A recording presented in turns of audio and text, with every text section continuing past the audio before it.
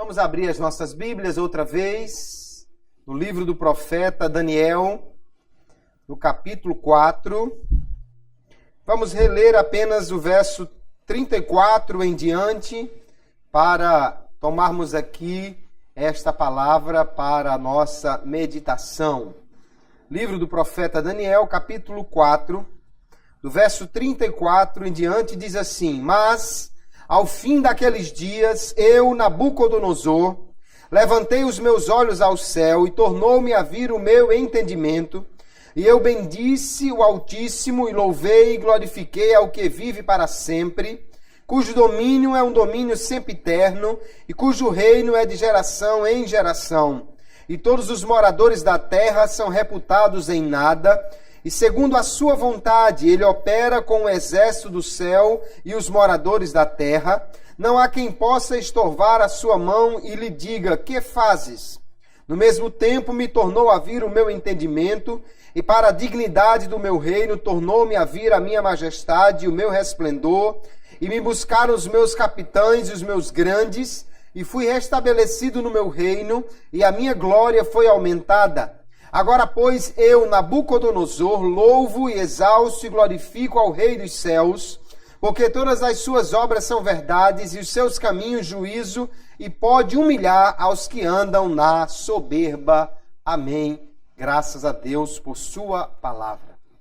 Este livro, irmãos, que é o quarto dos chamados profetas maiores, profeta Daniel, ele foi escrito no período do cativeiro babilônico, por este homem que foi um alto funcionário, não somente do governo babilônico, mas também do governo medo-persa que lhe sucedeu, este chamado Daniel, que é um grande exemplo de um homem que pôde ter um alto cargo político e ao mesmo tempo ter uma alta comunhão com Deus e ser usado como instrumento de Deus de muitas maneiras ali. Bom seria se todos os crentes que tivessem cargos políticos copiassem Daniel e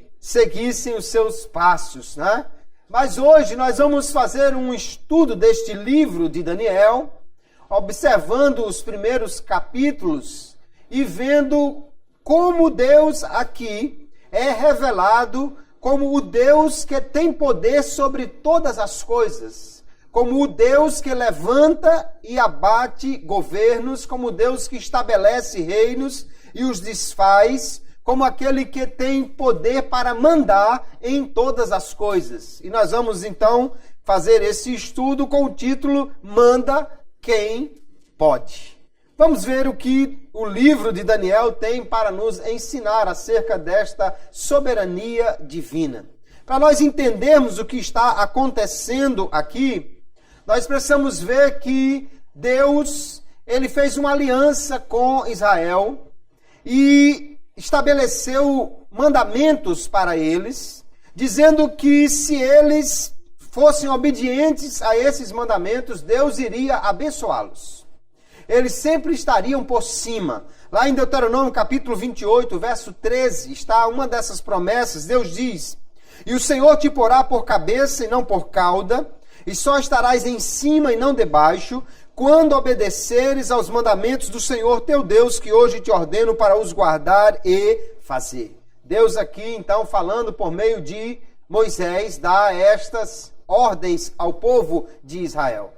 Mas o mesmo Deus promete que se eles desobedecessem, Deus lhes castigaria. E um dos castigos de Deus seria desterrá-los, tirá-los da sua terra, levá-los para outro lugar. No verso 15, do mesmo texto de Deuteronômio 28, diz: Será, porém, que se não deres ouvido à voz do Senhor teu Deus, para não cuidares em fazer todos os seus mandamentos e os seus estatutos que hoje te ordeno, então sobre ti virão todas estas maldições e te alcançarão. Deus então prometeu abençoá-los se eles fossem obedientes. E prometeu amaldiçoá-los, puni-los se eles fossem desobedientes. Veja que Deus é um Deus todo-poderoso, ele pode estabelecer as regras, mas ele também nos dá uma responsabilidade. Se você fizer assim, Deus vai fazer o correspondente. Se você fizer diferente, Deus fará também de outra forma. A soberania divina não anula a responsabilidade humana. Israel, infelizmente, pecou, desobedeceu, adorou a outros deuses, não cumpriu os mandamentos do Senhor. As tribos do norte, que eram mais pecadoras, depois que o reino se dividiu, quando Roboão, filho de Salomão, se tornou rei, as tribos do norte, todos os reis que passaram por lá, é dito deles, não fizeram o que era reto aos olhos do Senhor. Desde o primeiro, Jeroboão, até o último, eles adoraram outros deuses. E Deus então levantou a Assíria como grande império mundial, ou pelo menos como um dos grandes conquistadores daquela época, e levou embora as tribos do norte. Nunca mais eles retornaram. Em 612, Nabopolassar, que era o pai de Nabucodonosor, ele venceu Nínive e se tornou então Babilônia o grande império mundial. Tudo aquilo que antes era dominado pela Síria, Babilônia conquistou e ainda expandiu o seu domínio, de forma que é o primeiro grande império mundial é Babilônia.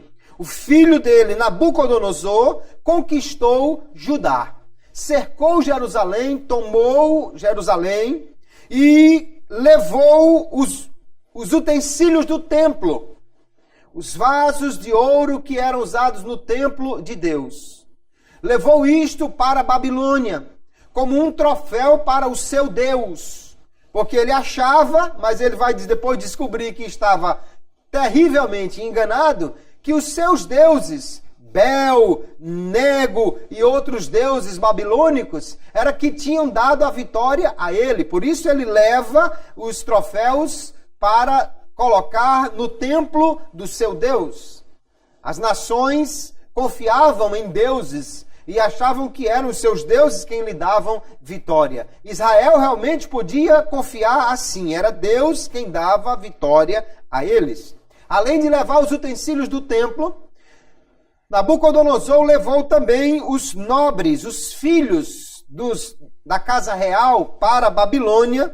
Mas nós vemos, se você voltar um pouquinho a sua Bíblia, vamos acompanhando o texto, Daniel capítulo 1, você vai ver que no verso 2 diz que o Senhor entregou Jerusalém nas mãos de Nabucodonosor e ele levou para a terra de Sinar, que é a Babilônia, os utensílios da casa de Deus. E ainda diz no verso 3 que ele também pediu que levassem nobres, jovens da linhagem real, para que fossem educados ali na Babilônia.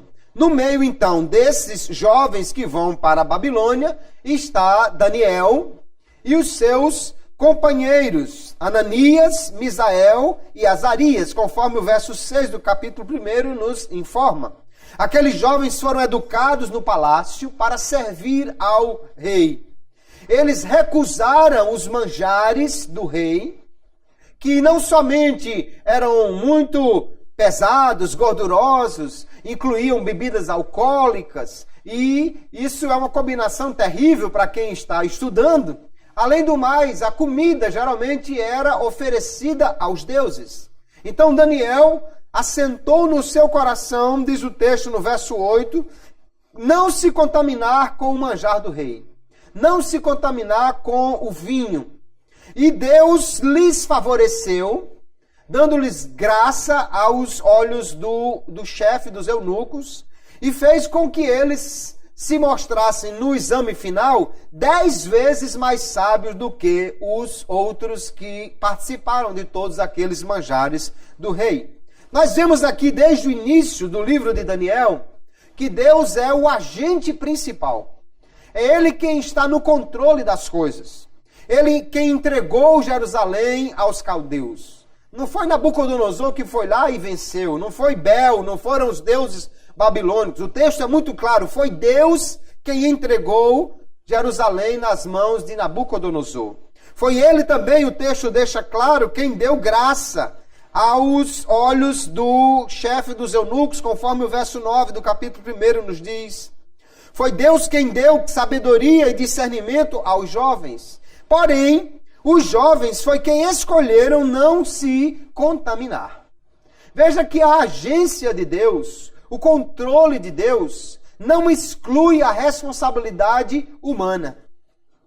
Não está dito aqui que foi Deus quem determinou que Daniel não se contaminasse. Mas está dito que foi ele, Daniel, quem colocou no seu coração não se contaminar com o manjar do rei. Deus é quem manda, ele é quem tem o controle, o poder. Mas ao mesmo tempo ele preserva a possibilidade de escolha humana. Por sua graça, ele dá ao homem esse livre arbítrio para que ele possa escolher e, portanto, ser responsabilizado por suas escolhas. Nós vamos ver, então, a partir desse capítulo, uma série de eventos que são narrados aqui e que vão mostrar exatamente essa soberania divina, como ele é o Deus que manda em tudo, e como há razões para permanecermos fiéis a ele, mesmo na adversidade. Esse livro foi escrito como testemunho disto, de que Deus é quem manda em tudo, e de que nós podemos permanecer fiéis a ele, mesmo nas situações mais difíceis, porque ele está conosco para nos guardar. Vamos ver então, no capítulo 2, o primeiro episódio aqui, que é do rei Nabucodonosor, que teve um sonho. Um sonho muito complexo. Um sonho cheio de detalhes. E aparentemente ele esqueceu o seu sonho. Ou pelo menos é o que ele diz que aconteceu.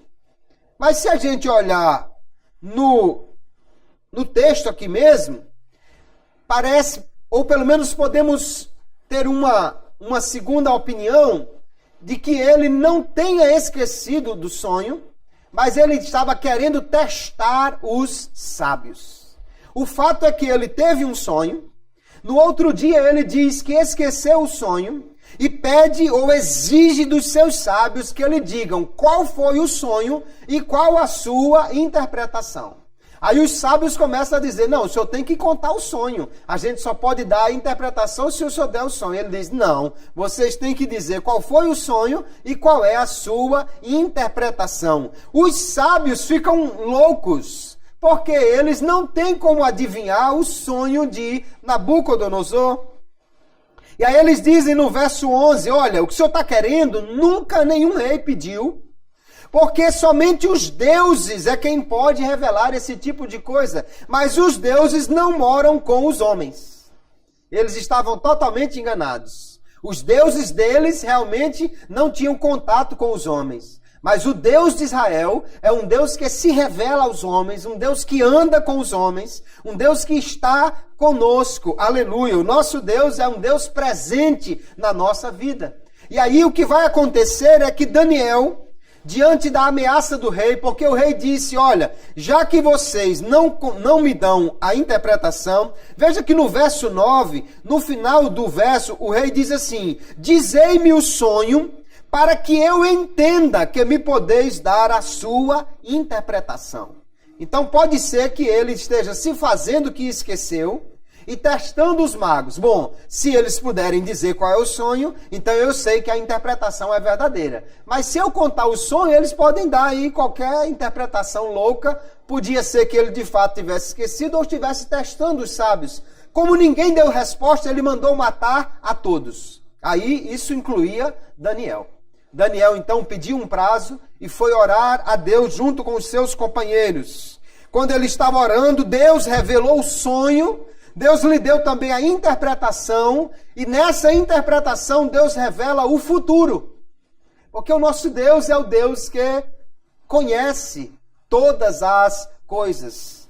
E aí, com isso, Daniel conta ao rei o sonho e a sua interpretação, livra da morte os sábios, incluindo a si mesmo e seus companheiros, e é colocado como o grande entre todos os sábios. No final do capítulo 2, O rei engrandeceu a Daniel. Daniel pediu ao rei também por seus companheiros e o rei os colocou como chefes de províncias. Nós podemos ver então, queridos, que aqui neste capítulo, Deus já se mostra como aquele que revela o oculto. Não há nada que possa se ocultar de Deus. Deus conhece o pensamento, Deus sabe os sonhos, Deus conhece o que está acontecendo, Deus conhece o futuro, Ele conhece todas as coisas e o próprio rei vai ter que reconhecer que Deus é Deus dos deuses, no verso 47, Senhor dos reis e o revelador dos segredos. O rei Nabucodonosor declara que Deus é o Senhor dos reis, ou seja, é aquele que manda nos reis. Deus é exaltado então por revelar o sonho do rei e revelar o futuro. Naquele sonho havia uma estátua com uma cabeça de ouro. E essa cabeça de ouro, Daniel diz, é o rei Nabucodonosor.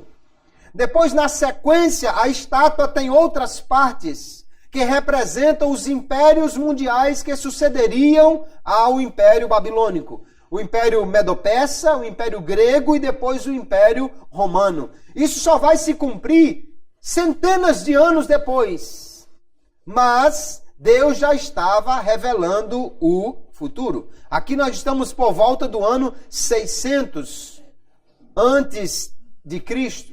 O Império Romano só vai começar a reinar lá próximo ao ano 100 antes de Cristo. Então, ainda 500 anos depois é que vai acontecer, Deus já está revelando. E, aliás, Deus revela o futuro longínquo quando fala de um reino que será estabelecido e nunca passará, que será o reino de Cristo, que será estabelecido sobre toda a terra.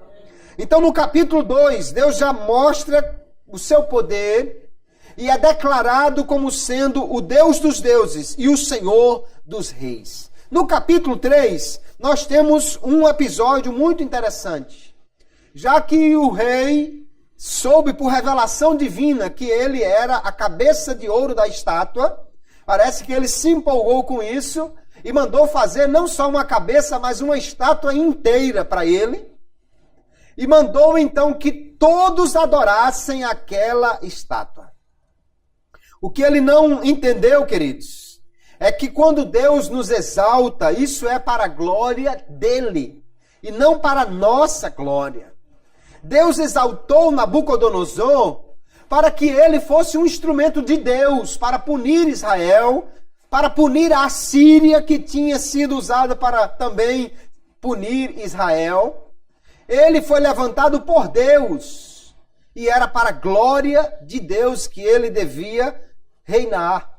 Ele achou que era para a glória dele. Então vou fazer uma estátua e mandar que todo mundo adore. Ele mandou reunir todos os principais do seu reino. Ele mandou chamar a orquestra completa e disse, eles vão tocar e todo mundo vai ter que se dobrar e adorar ao rei ou à estátua que ele mandou fazer.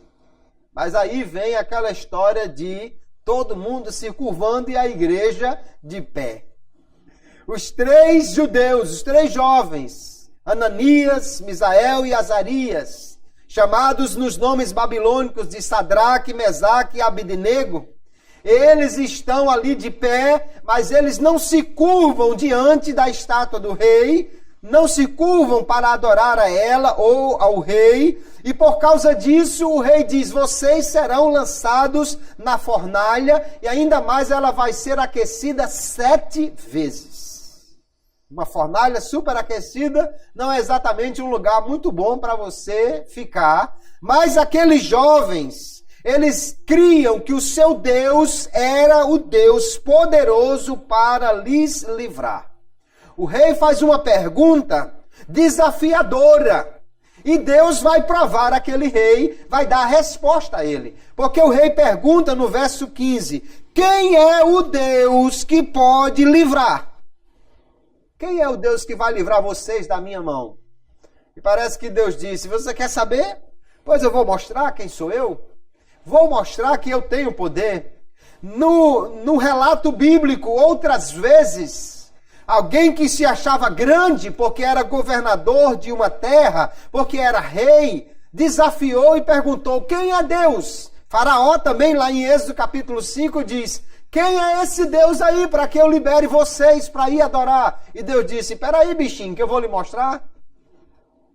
E Deus faz vir as piores pragas sobre o Egito até que eles reconhecessem que Deus é o Deus dos deuses, maior do que todos os deuses do Egito. Também Senaqueribe, ele disse: olha, o Deus da nação A não pôde livrá-la, o Deus da nação B não pôde livrá-la, e quem é o Deus de vocês que vai livrá-los da minha mão? E Deus disse: peraí, eu vou mostrar a você também quem sou eu. Mandou um anjo. E naquela noite, só aquele anjo matou mais de 180 mil soldados do exército de Senaqueribe. E ele voltou para casa envergonhado. O povo ficou tão envergonhado que matou quando ele voltou para casa. Porque não aceitou a derrota. Era assim pior do que 7-1. Um anjo só matar 180 mil. Eles ficaram tão envergonhados que acabaram matando o rei. E Deus mostrou quem ele era. Agora é Nabucodonosor, o senhor de muitas terras. Quem é o Deus de vocês que pode livrar da minha mão? E Deus diz: espera aí que eu vou mostrar quem sou eu. Ele manda amarrar os jovens e manda jogá-los dentro da fornalha. A fornalha estava tão quente que os homens que chegaram na boca do fogo para lançar os outros morreram do calor.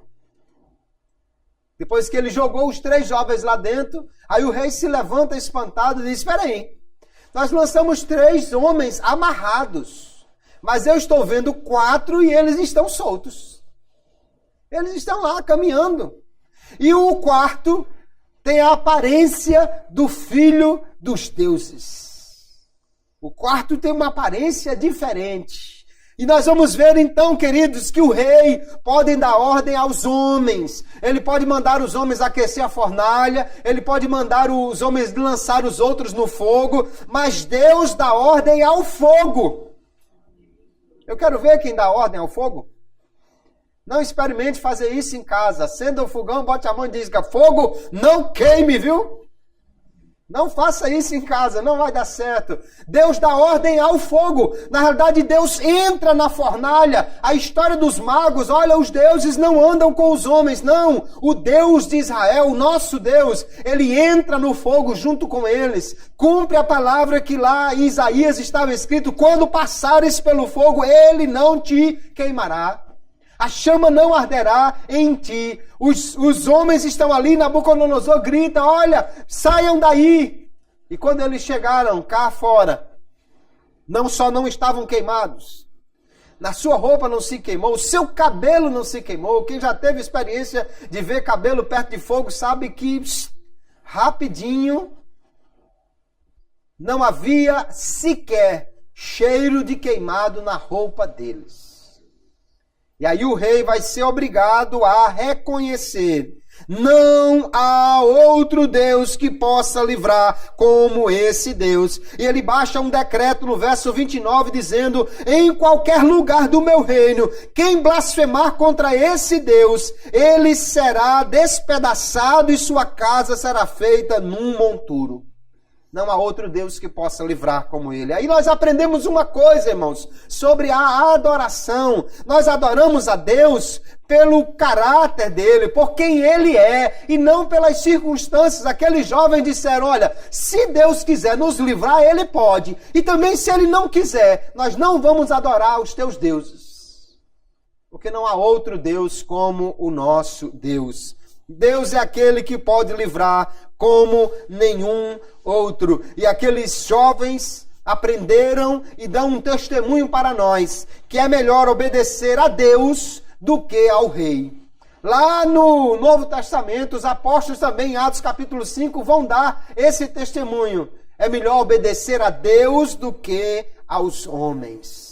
Quando os homens dão ordens que nos levam a desobedecer a Deus, é melhor continuar fiel a Deus, porque ele estará sempre pronto a livrar aqueles que lhes são fiéis.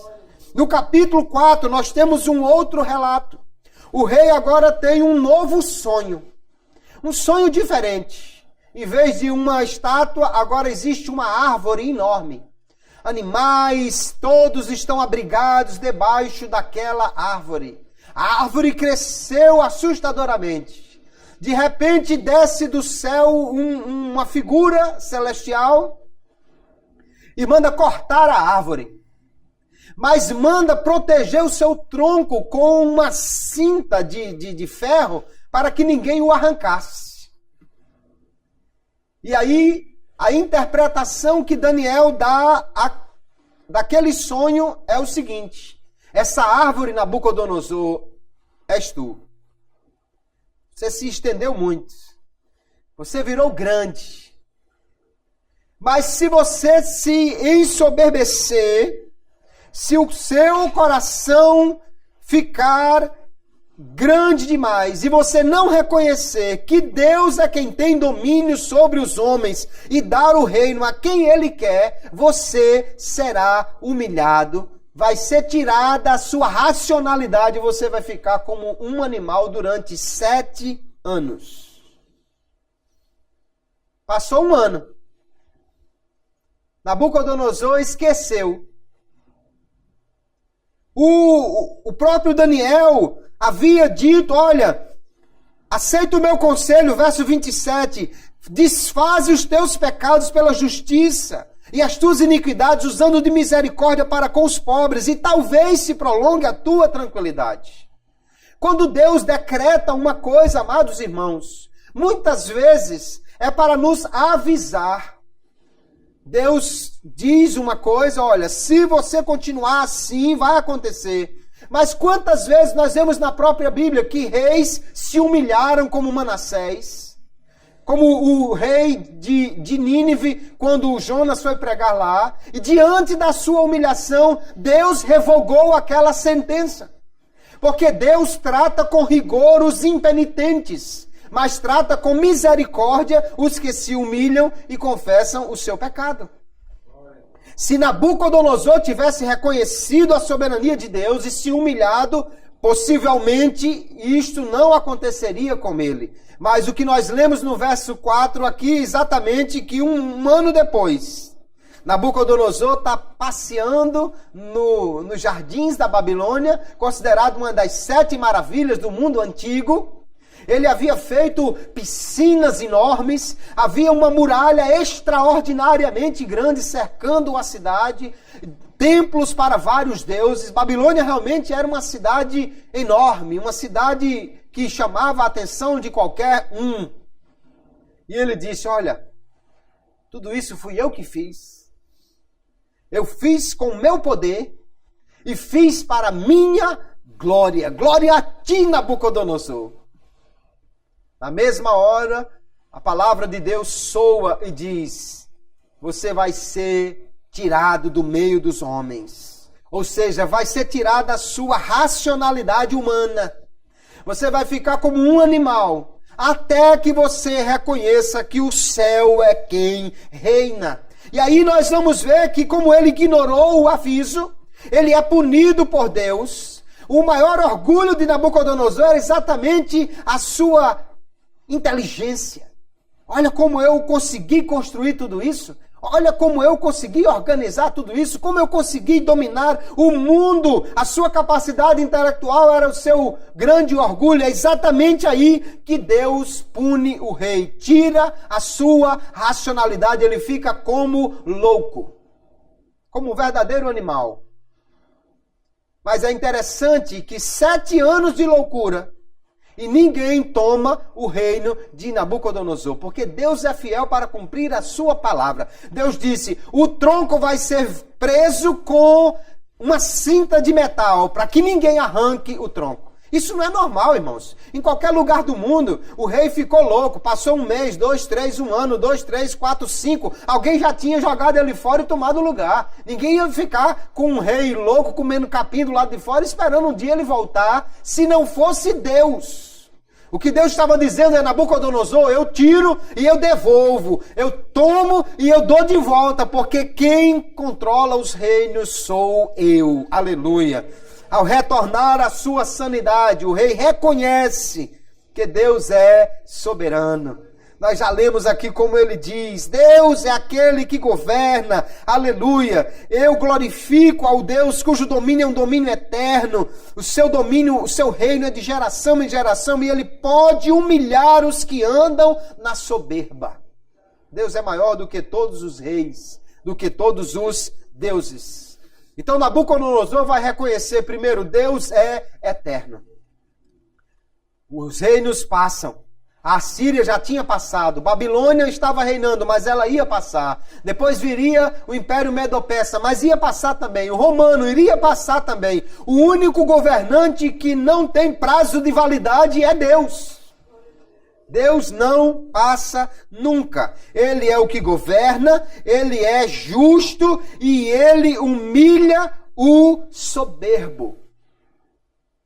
Nós aprendemos isso, irmãos, e devemos aplicar à nossa vida. O mesmo Senhor Jesus nos ensinou mais de uma vez: aquele que se humilhar será exaltado, e aquele que se exaltar será humilhado. O caminho para alguém ser próspero e abençoado por Deus é o caminho da humilhação. Nabucodonosor podia ter entendido isso e ter escapado desse terrível castigo. Mas como ele não reconheceu antes do castigo, precisou ser castigado para reconhecer que Deus é aquele que manda. Antes que comece a nascer pelo em você, reconheça que Deus é quem manda. Antes que você comece a ter um certo apreço por capim, reconheça que Deus é quem manda. Quanto mais rápido nós reconhecermos que Ele é quem tem o domínio, melhor será para nós. Ele pode humilhar aquele que se exalta. Glória seja dada ao nome do nosso Deus. Aí no capítulo 5, vem uma história interessante. A essa altura do campeonato, Nabucodonosor já tinha morrido. 2 filhos seus já tinham também reinado e já tinha passado o seu reino. Agora o reino era de um descendente de Nabucodonosor chamado Nabonido. Ele era o rei, mas ele era um rei também meio maluco, que gostava somente de guerras, gostava de meditação, de outras coisas. Ele entregou Babilônia na mão do seu filho Belsazar e foi guerrear, e foi meditar nas montanhas, e deixou o reino entregue a seu filho Belsazar. Então o rei era Nabonido, e o corregente, o vice-rei, era Belsazar. Nós vamos ver que ele mais adiante vai falar sobre o terceiro no reino. Por isso nós precisamos entender que ele era o segundo. Ele não era o rei principal. Mas o rei principal estava no meio do mundo guerreando, meditando, fazendo alguma coisa. Belsazar era corregente. Mas ele era quem estava mandando na Babilônia por essa época, em 536 a.C. Ele resolveu fazer um banquete. Agora, sabe a loucura desse homem? É que essa cidade, nesse tempo, estava cercada pelo exército medo-persa. Ele, para desprezar o exército que estava cercando a cidade, confiando que as muralhas eram inexpugnáveis, confiando que o seu exército era invencível, ele resolveu fazer uma festa enquanto o exército estava do lado de fora. Total orgulho. Total menosprezo pelo inimigo. Mas isso não era nada comparado ao que ele resolveu fazer depois que já tinha tomado umas e outras no meio da festa. Ele mandou trazer os vasos que foram trazidos do templo de Deus. Os vasos que eram usados para o serviço no templo de Deus. No qual o sacerdote recolhia o sangue do animal para levar até o altar, no qual o sacerdote colocava as brasas para levar o incenso até a presença de Deus. Aqueles vasos que eram consagrados a Deus e usados no templo de Deus, ele resolveu levar para o banquete, encher de bebida e tomar ele, suas mulheres e os seus grandes. Isso era uma afronta direta ao Deus de Israel. Aí quando ele estava lá no meio daquela festa, e interessante que o tipo de adoração que eles faziam, no verso 4 do capítulo 5 diz: beberam vinho e deram louvores aos deuses de ouro, de prata, de cobre, de ferro, de madeira e de pedra. Não era só uma bebedeira, era também um banquete de adoração aos seus deuses. Eles estavam declarando que os seus deuses eram grandes, eram maiores do que os outros deuses. Hora da água. Isso. Obrigado.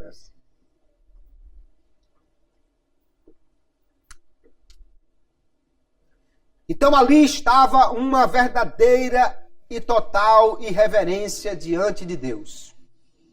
Não somente estavam profanando os vasos do templo, mas estavam usando eles para uma adoração pagã.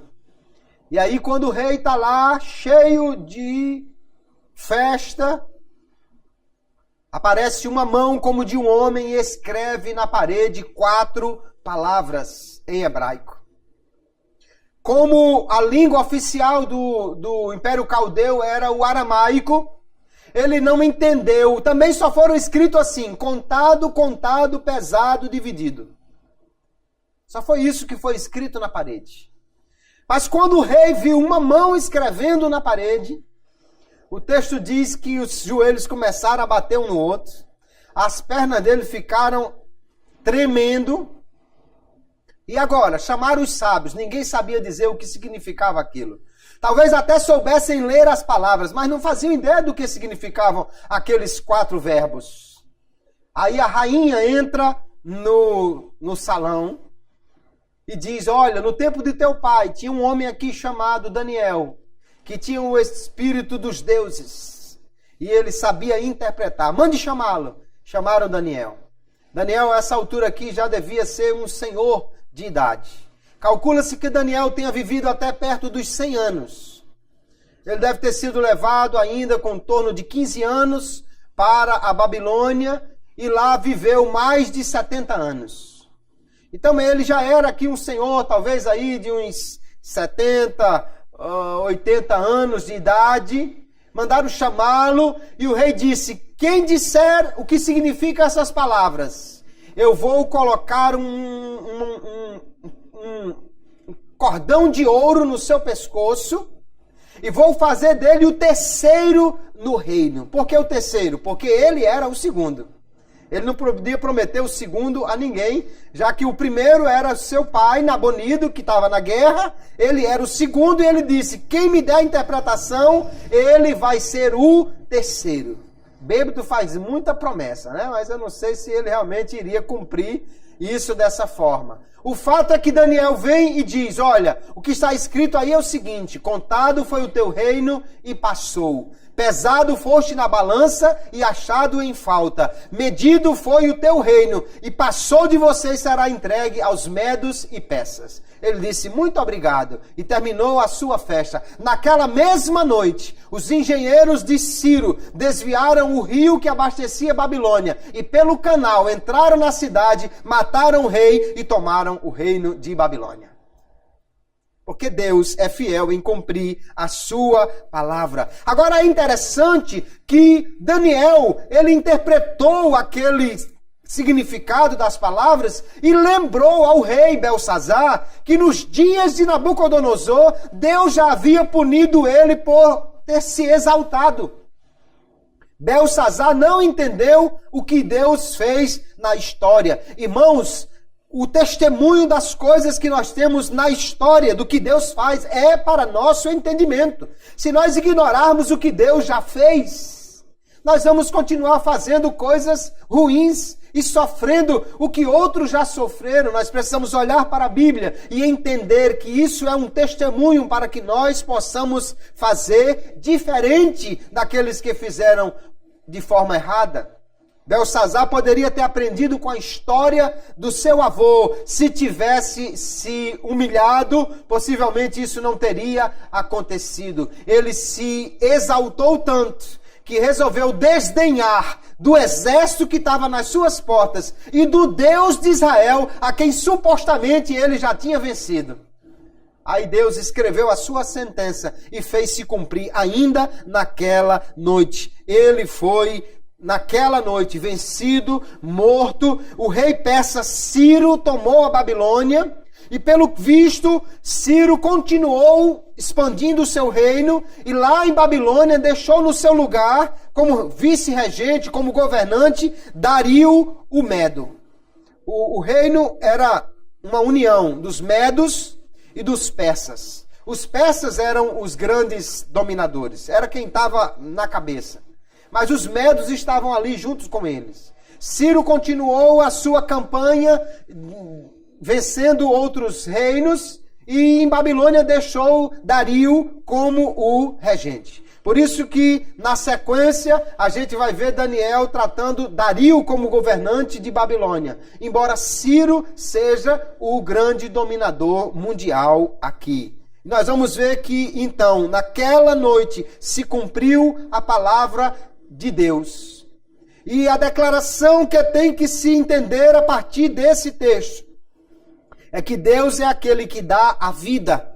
No verso 23, Daniel vai dizer: tu te levantaste contra o Senhor do céu, mas Deus, em cuja mão está a tua vida e todos os teus caminhos, a ele não glorificaste. Deus é quem dá a vida e dá a quem quer, e Deus é quem dá o trono e dá a quem quer, porque ele é o Deus que manda em todas as coisas.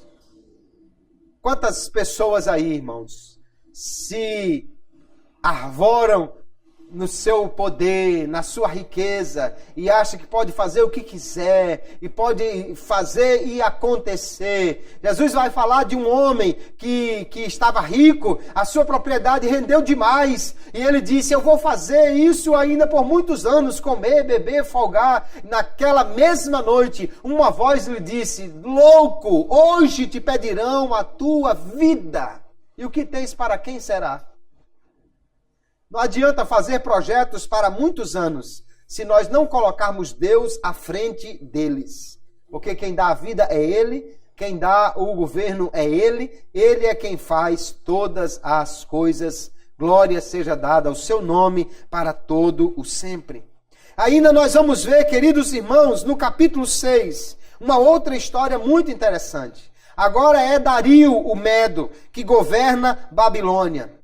E os seus grandes, os seus assessores, procuraram de toda maneira derrubar Daniel. Fizeram uma devassa nas contas de Daniel e no seu governo. E a Lava Jato da época não encontrou absolutamente nada contra Daniel. Era um dos grandes políticos, um dos maiores entre os que governavam. Ninguém encontrou uma linha contra ele. Se isso pudesse ser dito de todos os políticos evangélicos ou cristãos que existem nesta terra. O Ministério Público da época ia cuidar de outra coisa, porque não tinha nada para denunciar de Daniel. E eles disseram: nós só vamos encontrar alguma coisa contra ele se formos buscar na lei do seu Deus. E aí, como eles sabiam que Daniel todos os dias orava a Deus, eles foram até o rei e disseram: rei, o senhor deve fazer um decreto. O senhor é uma pessoa muito importante, o senhor é um verdadeiro Deus para nós. Então faça um decreto que durante 30 dias ninguém pode orar a outro rei ou a outro Deus que não for o Senhor. Olha que pretensão. Durante 30 dias o rei era Deus.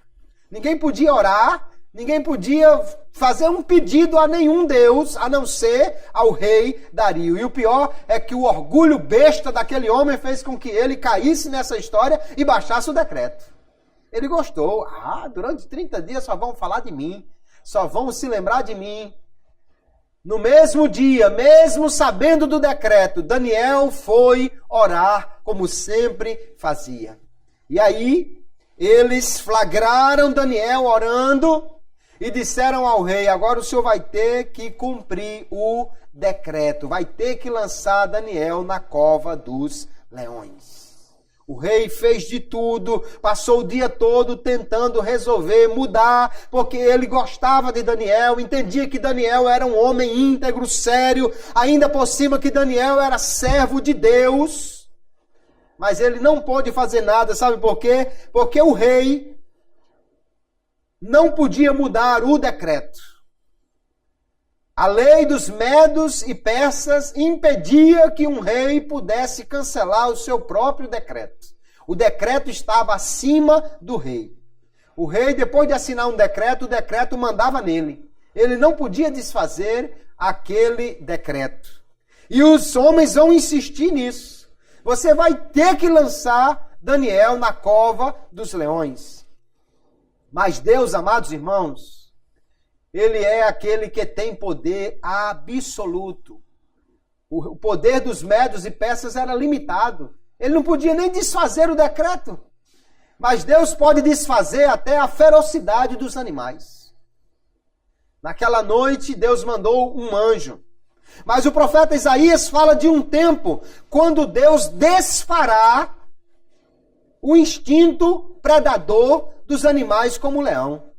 Isaías 65, 25 diz: o lobo e o cordeiro se apacentarão juntos, e o leão comerá palha como o boi, e o pó será a comida da serpente. Não farão mal nem dano algum em todo o meu santo monte, diz o Senhor.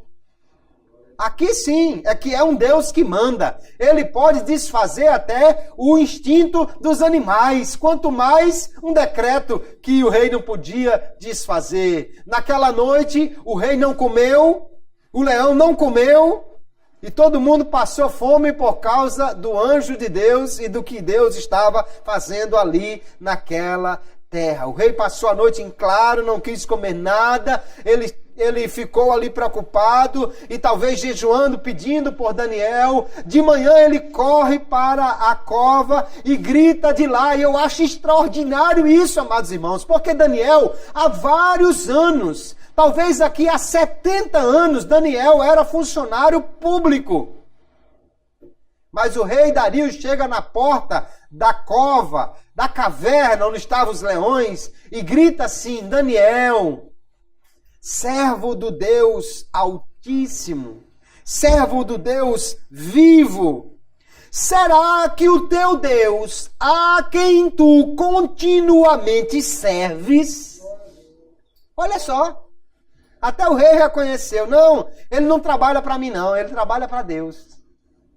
Ele não serve ao rei da Babilônia não, ele serve mesmo ao Deus dos deuses. Isso é que é extraordinário, amados irmãos. Antes de ser um funcionário público, Daniel era um funcionário do céu. Antes de servir aos reis, ele servia a Deus. Por isso que ninguém nunca encontrou nada contra ele, porque o seu primeiro compromisso era com Deus. Era a Deus que ele servia. Aleluia! Deus é um Deus vivo, um Deus eterno.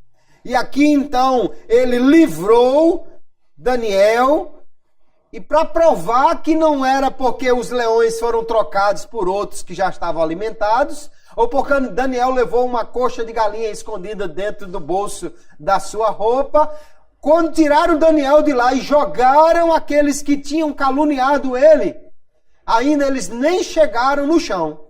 Eles ainda estavam caindo, os leões já lançaram-se sobre eles e os devoraram. Os leões estavam famintos, lambendo pedra, comendo qualquer coisa que jogasse ali dentro, mas não tocaram em Daniel, porque aquele que dá ordem a leão, que dá ordem a fogo, que dá ordem a todo mundo, fez com que eles não tocassem no seu servo. Deus é um Deus vivo, é um Deus que opera maravilhas, um Deus que livra, um Deus que salva, um Deus que faz coisas extraordinárias. E Dario, o governante do mundo, estabeleceu ali um decreto dizendo que todos os homens no seu reino deveriam tremer e temer o Deus de Daniel, porque ele é um Deus que faz estas coisas. Aleluia.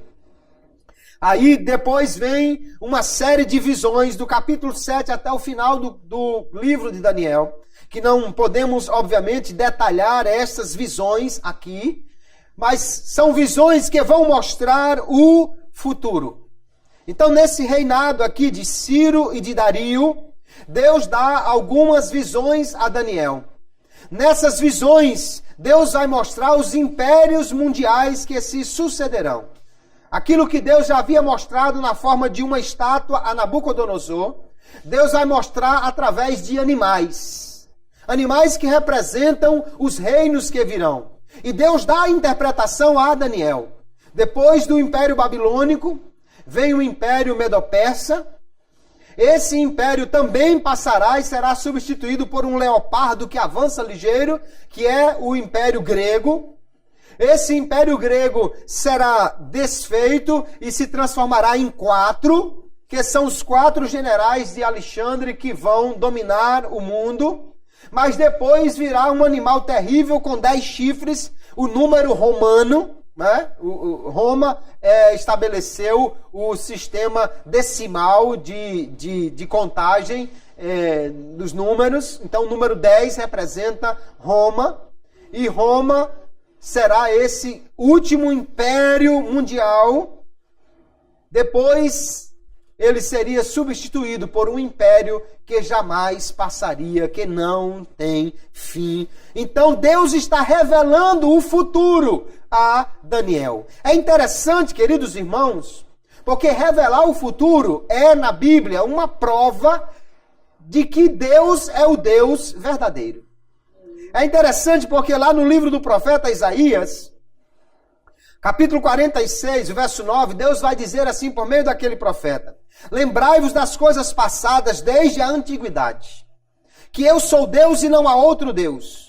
Não há outro semelhante a mim, que anuncio o fim desde o princípio e desde a antiguidade as coisas que ainda não sucederam. Que digo, o meu conselho será firme e farei toda a minha vontade. Glória a Deus. Veja como Deus está dizendo: o que não aconteceu, eu anuncio antes. O fim, eu anuncio desde o princípio. Para mostrar que eu sou o único Deus verdadeiro. Porque Deus conhece todo o futuro. Ele controla os acontecimentos mundiais para que o seu conselho, a sua vontade, aconteça. Embora que esta vontade, nós já vimos, não anula também as escolhas humanas. Os homens são responsáveis por suas escolhas. Mas o controle do mundo está na mão de Deus. Ainda um pouquinho antes, no capítulo 41, Deus vai mostrar exatamente que revelar o futuro é uma prova de que se é um Deus verdadeiro. E ele diz: anunciai-nos as coisas que ainda hão de vir, para que saibamos que sois deuses. Fazei bem ou fazei mal, para que nos assombremos e juntamente o vejamos. O profeta está conclamando os falsos deuses. Diga aí o futuro. Anuncie as coisas que ainda estão para vir, e aí nós vamos saber que vocês são deuses verdadeiros. Mas os deuses falsos nem falam, quanto mais falar o que vai acontecer, revelar o futuro. Jesus também usou desse expediente de revelar o futuro antes que ele acontecesse para mostrar que ele era Deus. João capítulo 13, o verso 19, Jesus vai dizer aos seus discípulos: desde agora vos digo antes que aconteça, para que quando acontecer, acrediteis que eu sou. Aos seus discípulos, Jesus disse: olha, o Filho do Homem vai ser entregue, ele vai ser açoitado, preso, morto, sepultado, mas ao terceiro dia ele vai ressuscitar. Eu estou contando para vocês antes de acontecer, porque quando acontecer vocês vão saber que eu estou no controle das coisas. Aleluia! Porque ele anuncia antes que aconteça. É muito fácil hoje a gente falar do passado, né? E tem gente que leva aquela plaquinha: eu já sabia. Sabia nada. Levou arriscando, né? Porque ninguém sabe o futuro. Mas Deus conhece o futuro. Deus está no controle das coisas e faz com que os caminhos, a história, o desenrolar das coisas siga o seu plano. Ele é o Deus verdadeiro que revela o futuro, inclusive o futuro distante. Deus não só vai mostrar os impérios mundiais, mas vai apontar para o império definitivo de Cristo sobre toda a terra, que ainda está para acontecer, apesar desses 2.500 anos que já se passaram desde a revelação que ele deu a Daniel. Nós vemos então que Deus é quem domina sobre todos os reinos. Ele conduz a história segundo os seus propósitos. Ele pode mandar em tudo. Glória seja dada ao nome do nosso Deus, o Deus onipotente. Quando nós olhamos para toda essa história, o que nós aprendemos então com o livro de Daniel? Algumas coisas muito importantes que precisam ser colocadas em prática. Em primeiro lugar, nós entendemos que os poderes terrenos são temporários e são limitados. O único que tem todo o poder é Deus. Tem gente que bate no peito e diz, eu faço, eu aconteço, eu faço do jeito que eu quiser. Tem gente que porque tem o controle de qualquer coisa, porque é um governante de uma cidade, de um estado, de uma nação, acha que pode fazer o que quiser, mas Deus é quem está no controle de tudo, meus amados irmãos. Governos fazem planos para dominar durante décadas ou milênios, mas Deus pode reverter num dia. Quem diria que as mudanças que aconteceram no nosso país aconteceriam desta forma? Deus está no controle de tudo. Qualquer um que esteja no controle de uma cidade, de um estado, de uma nação, de uma empresa, ou qualquer poder que ele tenha, precisa reconhecer que os poderes terrenos são limitados e temporários. Ninguém acha que é eterno e vai fazer o que quiser. Deus é o único que tem poder absoluto. Aleluia. Com Daniel nós entendemos também que os governantes terrenos devem glorificar o Deus do céu.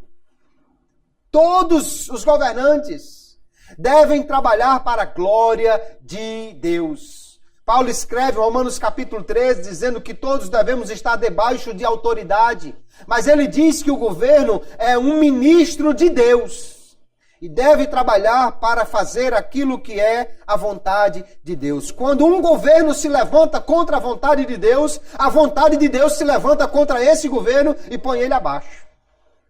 Porque os governos terrenos devem glorificar o Deus do céu. Nabucodonosor reconheceu isso e o seu reino voltou para ele. Belsazar se esqueceu disso. Naquela mesma noite o reino foi tirado dele, porque Deus é quem dá o trono a quem ele quer e só dá àquele que glorifica o seu nome. Nós vamos ver que Deus, queridos, mantém as suas promessas. Deus havia dito ao profeta Jeremias que durante 70 anos o seu povo estaria no cativeiro. Daniel, lendo a palavra de Deus, entendeu que era exatamente esse o tempo do cativeiro e começou a orar a Deus. E Deus levantou Ciro e mandou o povo voltar para a terra de Israel e cumpriu a sua promessa que 70 anos seria o tempo do cativeiro. Deus também revela a Daniel que 70 semanas estariam determinadas, ou 69 delas, até que viesse o Messias. E isso aconteceu exatamente dentro do prazo que Deus havia dado a Daniel. Em 70 semanas de anos, 483 anos, desde a derrubada de Jerusalém, é o dia que Jesus entra também na cidade de Jerusalém, sendo aclamado como rei, pelo menos diante do povo, como aquele que vem enviado do Senhor, bendito que vem em nome do Senhor. Deus cumpre as suas promessas. Deus promete livrar aquele que for fiel. E Deus cumpriu essa promessa literalmente no livro que aqui nós estamos estudando. Os homens têm poderes pequenos, mas Deus tem o controle sobre tudo. O rei só pode mandar nos homens, Deus pode mandar no fogo, Deus pode mandar nos reis, Deus pode mandar nos animais, Deus pode mandar nos seus servos, Deus pode mandar em tudo. Ele é o Deus que tem poder absoluto.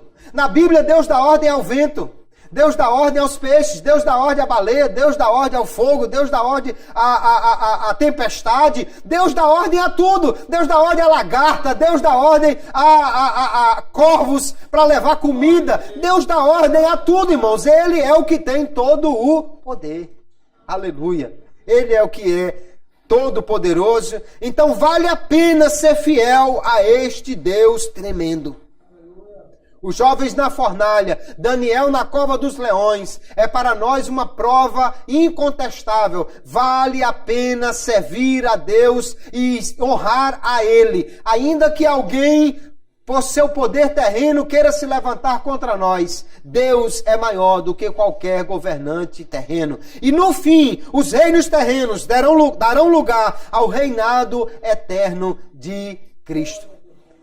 Toda a história mundial caminha para este fim, quando Cristo reinará sobre toda a terra.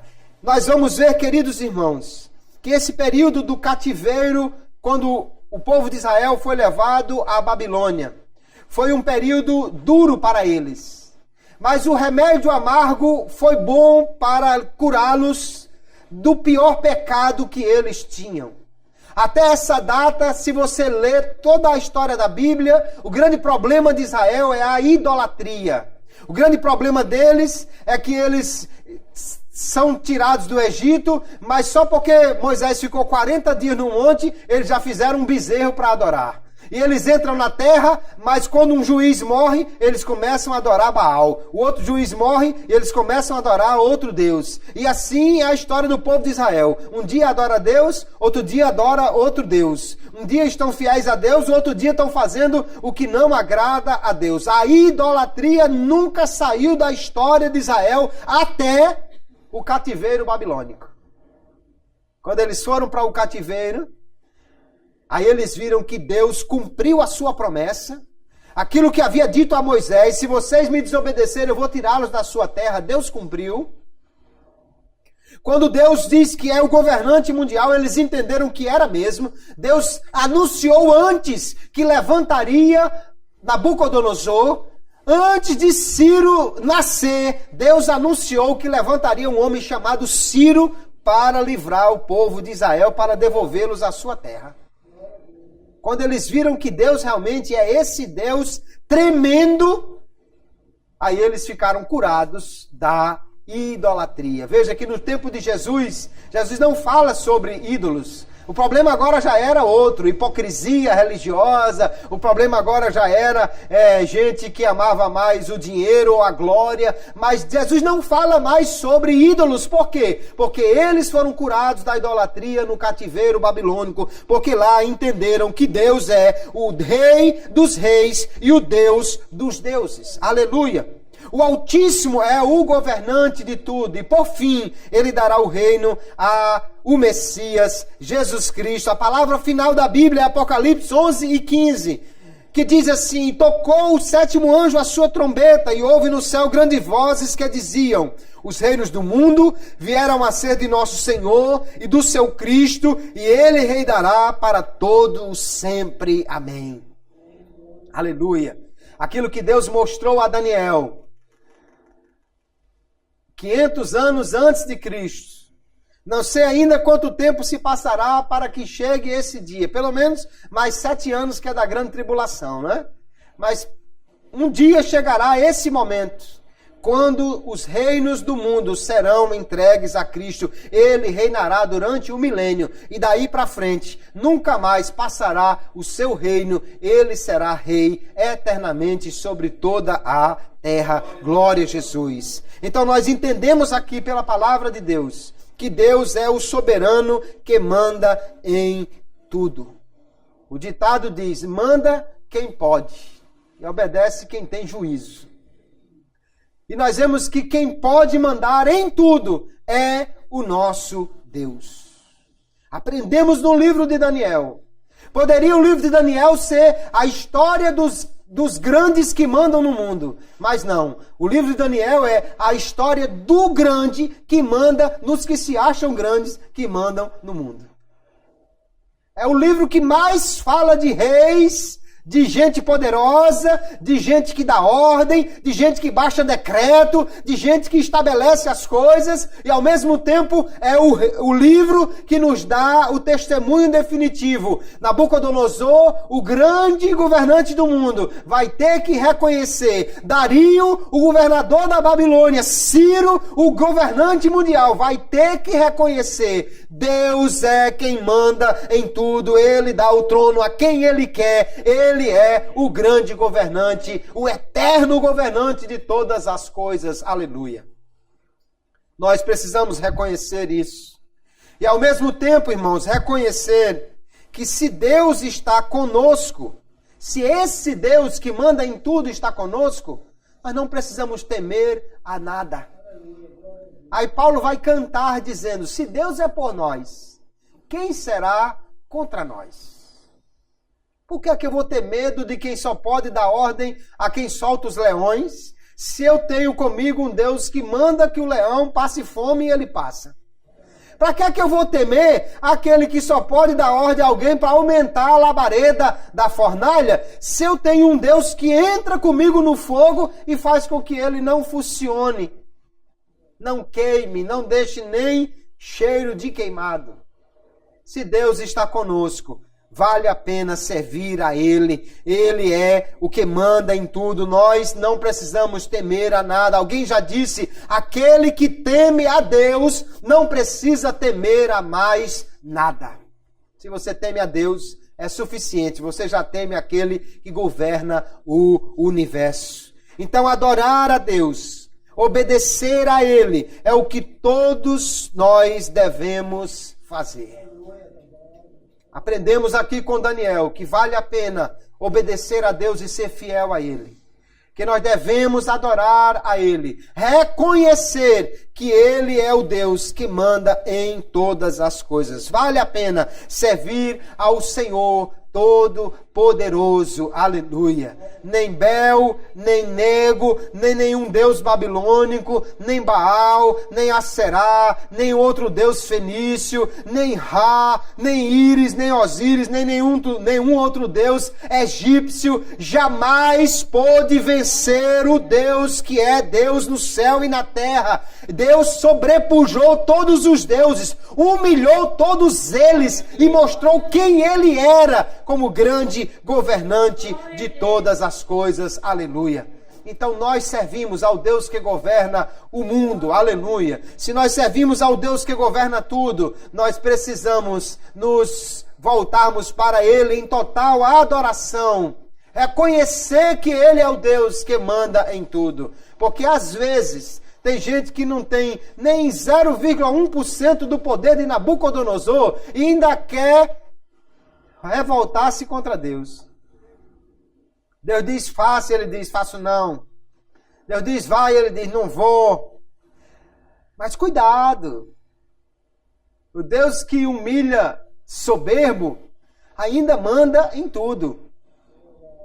É melhor fazer como o Senhor Jesus. Ele sendo Deus, mas orou ao Pai dizendo, seja feita a tua vontade, não a minha vontade. E Paulo vai escrever aos Filipenses no capítulo 2 e dizendo assim, porque Jesus se humilhou até a morte, morte de cruz, Deus o exaltou acima de todo nome, lhe deu um nome que está acima de todo nome, e diante dele todo joelho se dobrará e toda língua confessará que ele é Senhor para a glória de Deus Pai. Os que se humilham serão exaltados. E Deus aqui no livro de Daniel nos mostra que vale a pena nos humilharmos debaixo da potente mão de Deus. Ele nos guarda e nos abençoa e nos exalta. Glória seja dada ao seu santo nome para todo o sempre. Amém, queridos?